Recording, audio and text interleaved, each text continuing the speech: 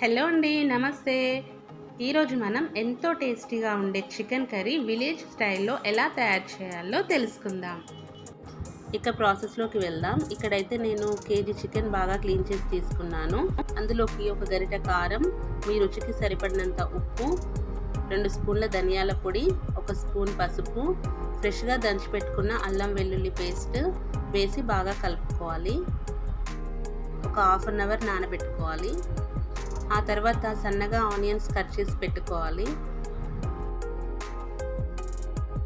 కడాయి పెట్టుకొని 4 టేబుల్ స్పూన్ల ఆయిల్ అయితే వేసుకుంటున్నాను. ఆయిల్ హీట్ అయ్యాక అందులో దాల్చిన చెక్క, లవంగాలు, స్పైసెస్ అన్నీ యాడ్ చేశాను. తర్వాత మనం కట్ చేసి పెట్టుకున్న ఆనియన్స్ కూడా వేసుకొని పసుపు వేసుకొని కలుపుకోవాలి. ఆనియన్స్ ఫ్రై అయిన తర్వాత కొద్దిగా పుదీనా వేసుకొని కలుపుకోవాలి. ఇప్పుడు మనం ముందుగా నానబెట్టుకున్న చికెన్ని ఇందులో వేసి బాగా కలుపుకోవాలి. ఒక 10 నిమిషాల పాటు సిమ్లో పెట్టుకొని బాగా ఫ్రై చేసుకోవాలి. ఇప్పుడు మూత పెట్టేసి ఒక 5-6 నిమిషాలు ఉడికించుకోవాలి. 5-6 నిమిషాల తర్వాత మధ్య మధ్యలో కలుపుతూ ఉండాలి. తర్వాత కొద్దిగా వాటర్ అయితే వేసుకోవాలి. పీసెస్ అన్నీ ఉడికే వరకే వేసుకోవాలి, ఎక్కువ వాటర్ యాడ్ చేయకూడదు.